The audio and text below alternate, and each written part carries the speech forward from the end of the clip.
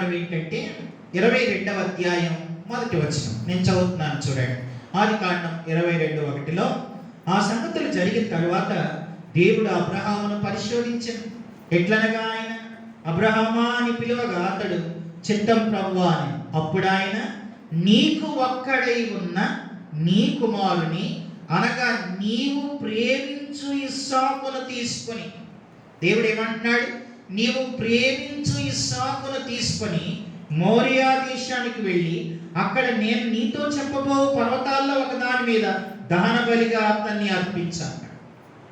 దేవుడు ఏమన్నాడు? నీవు ప్రేమించు ఇస్సాకు అని నొక్కు చెప్తున్నాడు. ఈ మాట అంటూ ఉంటే నిజమే మరి. ఇప్పుడు ఆస్తి ముఖ్యమా పిల్లలు ముఖ్యమా? చెప్పండి, ఆస్తి ముఖ్యమా పిల్లలు ముఖ్యమా అని అంటే పిల్లలే ముఖ్యం. 100 సంవత్సరాల తర్వాత కొడుకు పుట్టాడు. అప్పటికే ఆయనకి ఏమున్నాయి? 13వ అధ్యాయంలో అబ్రహాము ఆస్తిని మనం చూస్తాం. ఆదికాండం 13వ అధ్యాయం 2వ వచనంలో అబ్రహాము వెండి బంగారం పశువులు కలిగి బహు ధనవంతుడై ఉండెను. చాలా వెండి ఉంది, బంగారం ఉంది, పశువులు, ధనవంతుడాయి. కానీ వీటన్నిటికంటే అన్నీ ఉన్నాయి కానీ కొడుకు లేడు. తర్వాత కొడుకునిచ్చాడు. కొడుకునిస్తే వెండి కంటే వెండి ముఖ్యమా కొడుకు ముఖ్యమా? బంగారం ముఖ్యమా కుమారుడు ముఖ్యమా? పశువులు ముఖ్యమా కుమారుడు ముఖ్యమా? ధనం ముఖ్యమా ఇస్సాకు ముఖ్యమా అంటే ఎవరికైనా కొడుకే ముఖ్యం. కానీ ఇప్పుడు దేవుడు అన్నాడు, నువ్వు నాకంటే ఎక్కువగా నీ కొడుకును ప్రేమిస్తున్నట్టుంది అబ్రహాం. కాబట్టి తెలుసుకుందాం, నీవు ప్రేమించు ఇస్సాకును ఆ మోరియా పర్వతం మీద బలి అని అన్నాడు. ఈ మాట ఎప్పుడైతే దేవుడు అన్నాడో అప్పుడు అబ్రహాం దేవుని వైపు చూసి, ఏంటి ప్రభువా నీవు ప్రేమించి ఇస్సాకు అంటున్నావు? ఇంతవరకు ఎప్పుడు అనలేదు.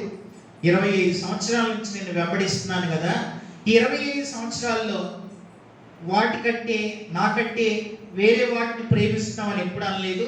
కానీ ఈరోజు నీవు ప్రేమించు అంటే నీకంటే ఎక్కువ ప్రేమిస్తున్నానా ప్రభువా? సరే చూడని ఆయన అన్ని రెడీ చేశాడు. దేవుడు చెప్పిన తర్వాత చెప్పిన దినానికి మోరియా పర్వతానికి 3 రోజుల ప్రయాణం. 3 రోజుల్లో మారిపోతాం. ఒక్క రోజులోనే మారిపోతాం. రాత్రి చేసిన తీర్మానం పొద్దునే మారిపోతుంది. ఇప్పుడు ఈ రోజు ఇస్తానన్నాడు కొడుకుని, సరే అన్నాడు. రేపు మారిపోతాడేమో, ఎల్లుండి మారిపోతాడేమో. కానీ 3 రోజుల తర్వాత కూడా ఆయన అదే తీర్మానం. నీవు ప్రేమించన్నావే ప్రభు అడు అని తీసుకుని వెళ్ళాడు. కొడుకు 3 రోజులు ప్రయాణం ఉంటుంది. 3 దినాల ప్రయాణంలో ఈ లాస్ట్ పండుగకి తర్వాత కొడుకు అలాగనే అడిగాడు, తండ్రి అన్నీ ఉన్నాయి, కట్టెలు ఉన్నాయి, కత్తి ఉంది, నిప్పు ఉంది, అన్నీ ఉన్నాయి, కానీ మరి దహన బలికి పొట్టే లేదు డాడీ అని అడిగాడు. ఏ తండ్రి తట్టుకోగలుగుతాడు? దహన బలికి పొట్టే లేది అని అన్నాడు. అప్పుడు పైకి చూసి, భలే అడిగిపించావు కదా అబ్రహాం అనుకున్నాడు. భలే అడిగిపించావు కదా అని అనుకున్నాడు. అనుకుని ఆయన ఏం చేశాడంటే, సరే నువ్వే చూడు అని కొడుకును పడుకోబెట్టి ఆయన కత్తి ఎత్తనే ఎత్తాడు. కత్తి ఎత్తిన తర్వాత ఈ ఎక్కడ వేసేస్తాడో అని దేవుడు అబ్రహామును చూడండి ఏం పిలిచాడు అక్కడ. చూడండి 22వ అధ్యాయంలో మనం చూస్తే 10వ వచనం.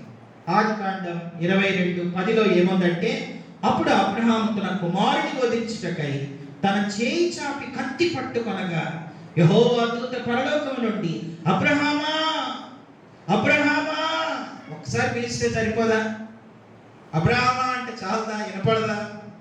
అబ్రహామా అబ్రహామా అని అతన్ని పిలిచాను. అందుకు అతడు చిత్తం ప్రభు వేసేస్తేవేమో కత్తి వేయికు.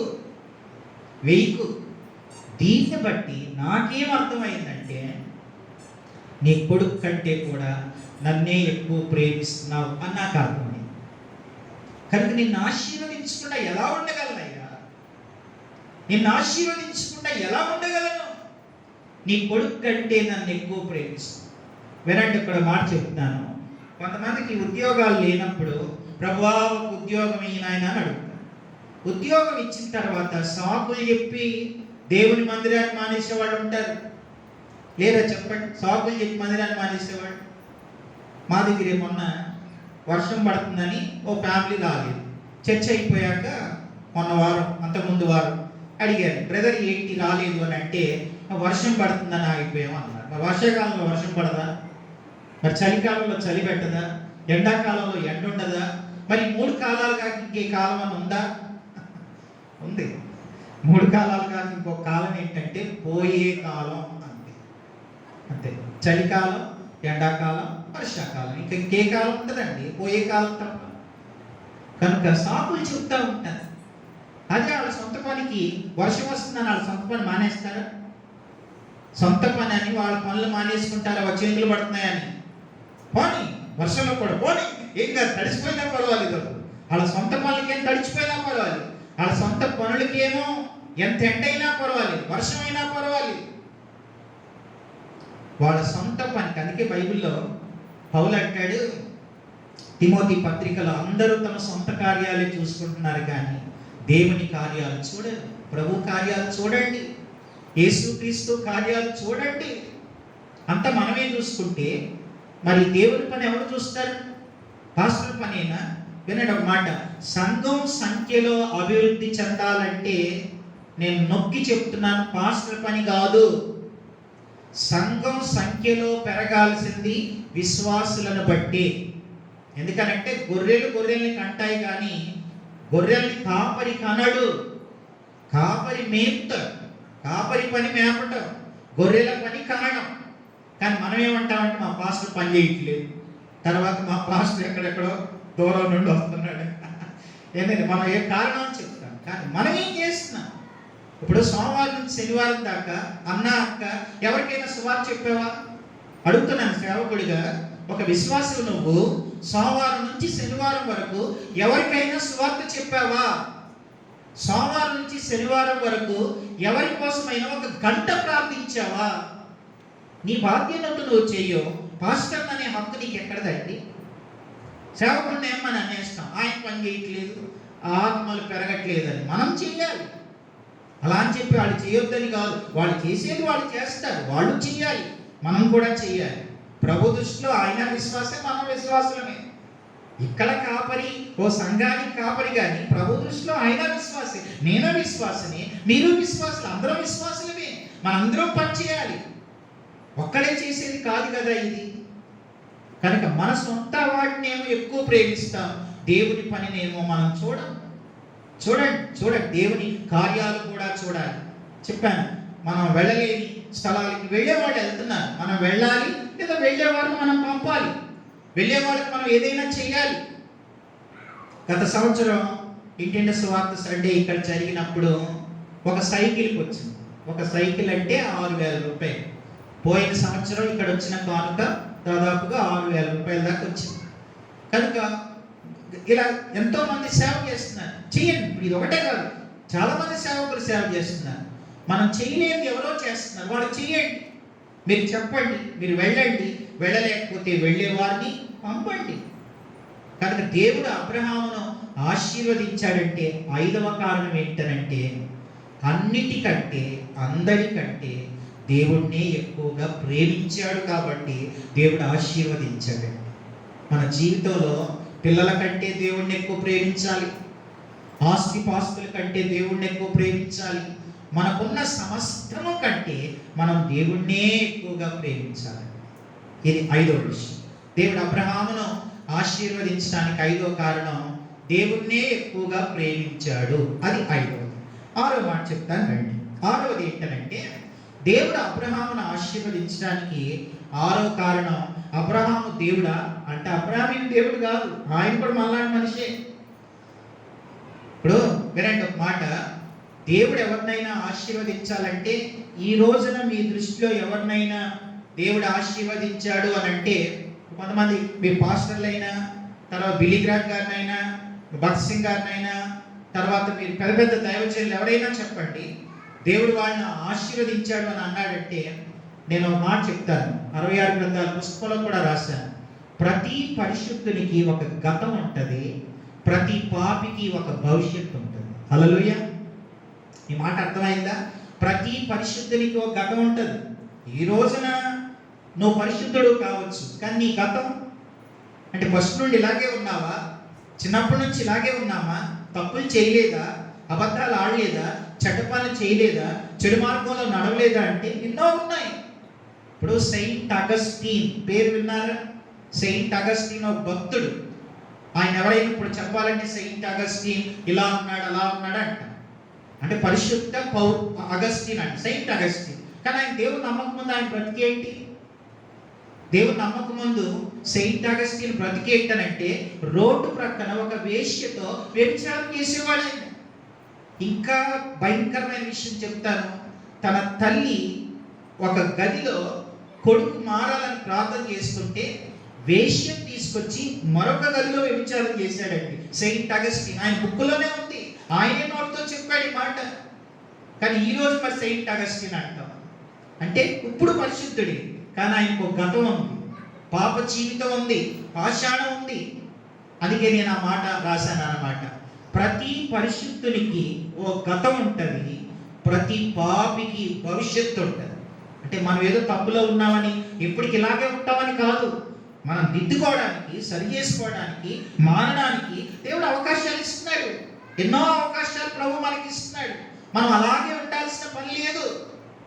దేవుడు అబ్రాహామును ఆశీర్వదించడానికి అబ్రాహాములో మీరు వెతకండి, లోపాలు లేవా? అబ్రాహాములో లోపాలు లేవా? తప్పులు ఎక్కడా లేవా అంటే ఎన్నో తప్పులు ఉన్నాయి. భార్యను పట్టుకొని చెల్లి అన్నాడు, తర్వాత భార్యను పట్టుకొని వేరే ఆయనకి మా చెల్లెని చెప్పని అన్నాడు. తర్వాత దేవుడు ఒకటి చెప్తే నీ కొడుకుని ఇస్తానంటే తొందరపడి ఆగను పెళ్లి చేసుకున్నాడు. ఇష్మాయేలు పుట్టాడు. పొరపాట్లు లేవా? తప్పులు లేవా అబ్రాహాం జీవితంలో అంటే? ఎన్నో లోపాలు ఉన్నాయి. కానీ దేవుడు ఆశీర్వదించాడంటే లోపాలు ఉన్న వాళ్ళని ఆశీర్వదించడండి. లోపాలను సరిదిద్దుకున్న వాళ్ళే దేవుడు ఆశీర్వదిస్తాడు. హల్లెలూయా. మనందరం పెద్ద పరిశుద్ధులు కాదండి, మనందరం తప్పు చేయవని కాదు. అందరంలో పొరపాట్లు జరుగుతూనే ఉంటాయి. కానీ పొరపాట్లు కంటిన్యూ అవ్వకూడదు, తప్పులు కంటిన్యూ అవ్వకూడదు. ఇది తప్పు అని తెలిసినప్పుడు ఆగాలి, అక్కడ సరి చేసుకున్నాడు. చూడండి ఒక మాట, ఆదికాండం దేవుడు అబ్రాహామును ఆశీర్వదించడానికి చూడండి ఒక మాట, ఆదికాండం 16వ అధ్యాయంలో, ఆదికాండం 16వ అధ్యాయం 16వ వచనంలో హాగరు అబ్రాహామునకు ఇష్మాయేలును కనినప్పుడు అబ్రాహాము 86 ఏండ్ల వాడు, 86 సంవత్సరాలు ఆయన. తర్వాత 17వ అధ్యాయం 1వ వచనంలో అబ్రాహాము 99 ఏండ్ల వాడైనప్పుడు అనుంది. అంటే పైనేమో 16లో 86, 17 1లో 99, అంటే మధ్యలో 13 సంవత్సరాలు. దేవుడు అబ్రాహాముతో 13 సంవత్సరాలు మాట్లాడటం మానేశాడు. ఈయనతోనే మాట్లాడటం మానేశాడు. పిలిచాడు, అక్కడి నుంచి వదిలేసి వచ్చాడు. కానీ తప్పులు ఉన్నాయి. ఇంకా 13 ఏళ్ళు తప్పుల్లోనే ఉన్నాడండి అబ్రాహాము.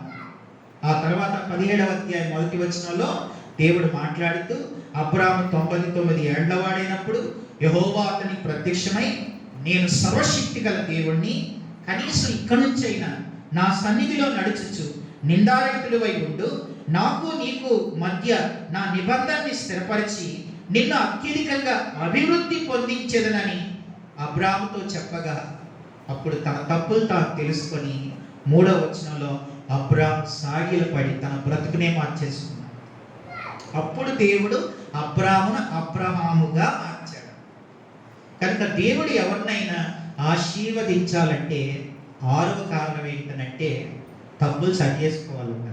మనందరం పర్ఫెక్ట్ ఏం కాదు, చెప్పేవాడు కూడా లోపాలు ఉంటాయి, సరి చేసుకోవాలన్నది వాక్యం. మీకు నాకు కూడా కనుక మనం ఇటు నాకు గుచ్చింది, అటు మీకు గుచ్చింది. కనుక మనలో ఏదైనా పొరపాట్లు ఉంటే, తప్పులుంటే మనం దిద్దుకోవాలి, సరి చేసుకోవాలి, మానుకోవాలి, విడిచిపెట్టాలి. అప్పుడే దేవుడు మనల్ని ఆశీర్వదిస్తాడు. ఇది 6వ కారణం. చివరి చెప్పి ముగిస్తాను. 7వ కారణం ఏంటంటే దేవుడు అబ్రహామును ఆశీర్వదించడానికి 7వ కారణం ఏంటనంటే, చూడండి, ఇది నాకు చాలా ఇష్టమైన మాట. ఆదికాండం 18వ అధ్యాయం 19వ వచనం. ఆదికాండం 18:19లో దేవుడు అబ్రహాము గురించి మంచి మాట అన్నాడు. ఎట్లనగా యెహోవా అబ్రహామును గురించి చెప్పినది అతనికి కలుగు చేయనట్లు తన తర్వాత తన పిల్లలను తన ఇంటి వారును నీతి న్యాయములు జరిగించుచు యెహోవా మార్గమును గైకొనుటకు అతడు వారికి ఆజ్ఞాపించినట్లు నేను అతన్ని ఎరిగి ఉన్నానెను అని. అంటే 7వ కారణం ఏంటంటే దేవుడు అబ్రాహామును ఆశీర్వదించడానికి 7వది తన తర్వాత తరాన్ని దేవుని కోసం సిద్ధపరిచాడండి. అది 7వ కాలం. తన తర్వాత తరాన్ని దేవుని కోసం సిద్ధం చేశాడు. అది ఎంత అద్భుతం! కనుక ఈ భక్తి, ఈ ప్రార్థన, ఈ జీవితాలు ఎప్పుడు మనతోనే ఆగిపోవద్దు. ఇప్పుడు భార్య భర్తలారా వినండి, మీరు మీ కుటుంబ ప్రార్థన ఉంది, మీరు నాలాంటి ఏదైనా సేవకులు మీ ఇంటికి వస్తే మీరు ఏదో కానుకిస్తున్నారు, తర్వాత సేవకు సహకరిస్తున్నారు, తర్వాత మీరు భక్తిగా ఉన్నారు. మరి మీ పిల్లల సంగతి ఏంటి? మీ పిల్లల సంగతి ఏంటి? కాబట్టి మన భక్తి, మన జీవితం ఇదంతా మనతోనే ఆగిపోకూడదు. మరొక తరానికి మనం అది అలవాటు చేయాలి. మరొక తరానికి మనం అలవాటు చేస్తామని నీతి న్యాయ మార్గాలలో తన తర్వాత తరాన్ని నడిపిస్తాడని దేవుడు అబ్రహామును ఎరిగి అలా నడిపించగా దేవుడు అబ్రహామును ఆశీర్వదించాడు. కనుక మన పిల్లలను కూడా మనం సరిగా పెంచాలి, వాళ్ళు కూడా దేవుని మార్గంలో నడిపించాలి. లేకపోతే దేవుడు లెక్క అడుగుతాడు, నువ్వు ఉన్నావు కానీ నీ పిల్లలేంటి, అలా చెప్పేది చెప్పవా? వినండి, ఇక్కడ మాట, ఒక స్టేజ్కి వచ్చిన తర్వాత పిల్లల్ని మాట వినలేదనుకో, చిన్నప్పుడు అంటే కొడతాం, ఇప్పుడు పెద్దోడు అయిపోయాడు వినట్లేదు, అప్పుడు ఏం చేయాలి బ్రదర్ అన్నారు అనుకోండి, ఏడవండి, వాళ్ళ కోసం ఏడవండి, కన్నీరు కార్చండి, ప్రార్థన చేయండి, వాళ్ళు ప్రేమించండి, ప్రార్థన చేయండి. యేసుప్రభు చెప్పింది అదే కదా, నా కోసం ఏడవకండి, మీకోసం, మీ పిల్లల కోసం ఏడవండి. కనుక ప్రభువా నా మాట వింటలేదు వాడు, కనుక నేనేం చేయగలను, నువ్వే ఏదైనా చేయగలవు ప్రభువా, ఏడవ. అలా ఏడుస్తూ ఆయన పాదాలు పట్టుకోడు. అప్పుడు దేవుడు ఖచ్చితంగా నువ్వేం చేయగలవు, నువ్వు ప్రేమించు, ఓ తల్లిగా తండ్రిగా ప్రేమించు, ప్రార్థించు, ప్రేమించు, ప్రార్థించు, ప్రభు కార్యం చేస్తాడు. కనుక మన తర్వాత తరాన్ని కూడా ఒక జనరేషన్ టు జనరేషన్ అలా వెళ్ళాలంటే పరిచయం ఎప్పుడు ఆగిపోవద్దు, సహాయం చేసేది ఆగిపోవద్దు. నేను కొంతమందిని ఎరుగుదు, వాళ్ళ పిల్లలకు చెప్తారు, అదే అంకుల్ వస్తాడు లేకపోతే అన్న వస్తాడు, మాతోనే కాదు, మేము చచ్చిపోయినా ఈ పరిచర్యకి మీరు కొనసాగించండి, మీరు చేయండి అని చెప్పేవాళ్ళు లేరా? ఇప్పుడు అంతెందుకు, సత్యానందం గారు, ఇంటెండస్ వార్తలు సత్యానందం గారని ఒక గొప్ప దైవజనుడు, మీకు తెలుసు.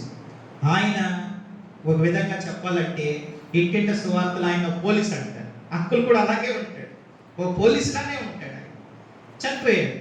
అయితే ఆయన ఎక్కడ ఎవరైనా డబ్బులు ఇస్తే, ఒకవేళ ప్రార్థన చేశాక ఎవరైనా 100 రూపాయలు ఇచ్చారనుకో, ఆయన అడుగుతాడు, అమ్మా ఈ 100 రూపాయలు ఇంటెండస్ వార్తగా నాకా అని అడుగుతాడు. ఒకవేళ మీకే అన్నారనుకో, నాకంటేనే తీసుకుంటాడు. ఇంటెండస్ వార్త కన్నా అనుకో వాళ్ళకి ఇచ్చేస్తాడు. అంత నీతిమంతుడట. అయితే వినండి ఒక మాట, వాళ్ళ పిల్లలకు చెప్పాడు. ఏమని చెప్పాడంటే, నేను చచ్చిపోయినా, వాళ్ళకి ఒకడే కొడుకు, నేను చచ్చిపోయినా కానీ నేను ఇంటెండస్ వార్తకి నువ్వు మంచి స్థితిలో ఉన్నావు కనుక ఆ సేవకు సహాయం చేయడం ఎప్పుడు ఆగొద్దు అన్నాడు. ఆగొద్దనంటే మీకు విషయం చెప్పనా, ఆయన చచ్చిపోయాడు కాబట్టి చెప్తున్నాను, ఆయన బ్రతికినంత కాలం ఇంటెండస్ వార్తలో ఆయన జీతం తీసుకున్నది వాళ్ళ కొడుకు ఇచ్చిన దశభాగమే. వాళ్ళ కొడుకు ఇచ్చిన దశమ భాగం, వాళ్ళ కొడుకు నమ్మకంగా ఇంటెండస్ వార్తకి ఆయనకు వచ్చే జీతం, ఆయన ఇంటెండస్ వార్త ఆఫీస్ పంపిస్తే ఆయన పంపించిన దశమ భాగమే వాళ్ళ తండ్రికి జీతం అయింది. ఇప్పుడు వాళ్ళ కొడుకు ఎవరో కాదు, మన మధ్యలో ఉన్న జోసెఫ్ అంకుల్ వాళ్ళ అల్లుడే. నేను ఆయన గురించి మన మధ్యలో ఉన్నవాడి గురించే చెప్తున్నాను. ఇప్పుడు వాళ్ళ అల్లుడి గురించే చెప్తున్నాను. ఎంత గొప్ప విషయం కాదు. వాళ్ళ డాడీ చెప్పాడు, నేను ఇందులో చేశాను, నాతో నీ పరిచయం ఆగొద్దు, నువ్వు ఉద్యోగం చేస్తున్నావు, సహాయం చేయి, నాలాగా వెళ్ళి చేయాలి సేవ అసలు, కానీ నువ్వు చేయలేకపోతున్నావు, కానీ సహాయం అన్నా చేయవా అంటే నమ్మకంగా ఆ రోజు నుంచి ఈ రోజు వరకు వాళ్ళ కొడుకు నమ్మకంగా ఇస్తున్నాడని నేను విన్నాను. ఎంత గొప్ప విషయం. కానీ మన తర్వాత ఇది వెళ్తూ ఉండాలండి. అందుకే దేవుడు అబ్రాహామును ఆశీర్వదించాడు. ఆ మాట నాకు చాలా బాగా నచ్చింది. ఎన్నో వాక్యాలు ఉన్నాయి, ఏం చెప్పాలి ప్రభువా అని ప్రార్థన చేసుకుంటూ వస్తూ ఉంటే ఈ ఒక్క మాట, దేవుడు అబ్రహామును అన్ని విషయాల్లో ఆశీర్వదించను. అదొక ఫ్లాష్ లైట్ లాగా నాకు అనిపించింది. దేవుడు ఈ మాట ఇచ్చాడని ఆ మాటని మీకు పంచుకున్నాను. కాబట్టి ఈ 7 లక్షణాలు అబ్రాహాములో ఉన్నాయి. దేవుడు ఆశీర్వదించాడు. మనం కూడా 7 లక్షణాలు కలిగి దేవుని చేత మనందరం ఆశీర్వదించబడుదుముగాక. ఆమేన్.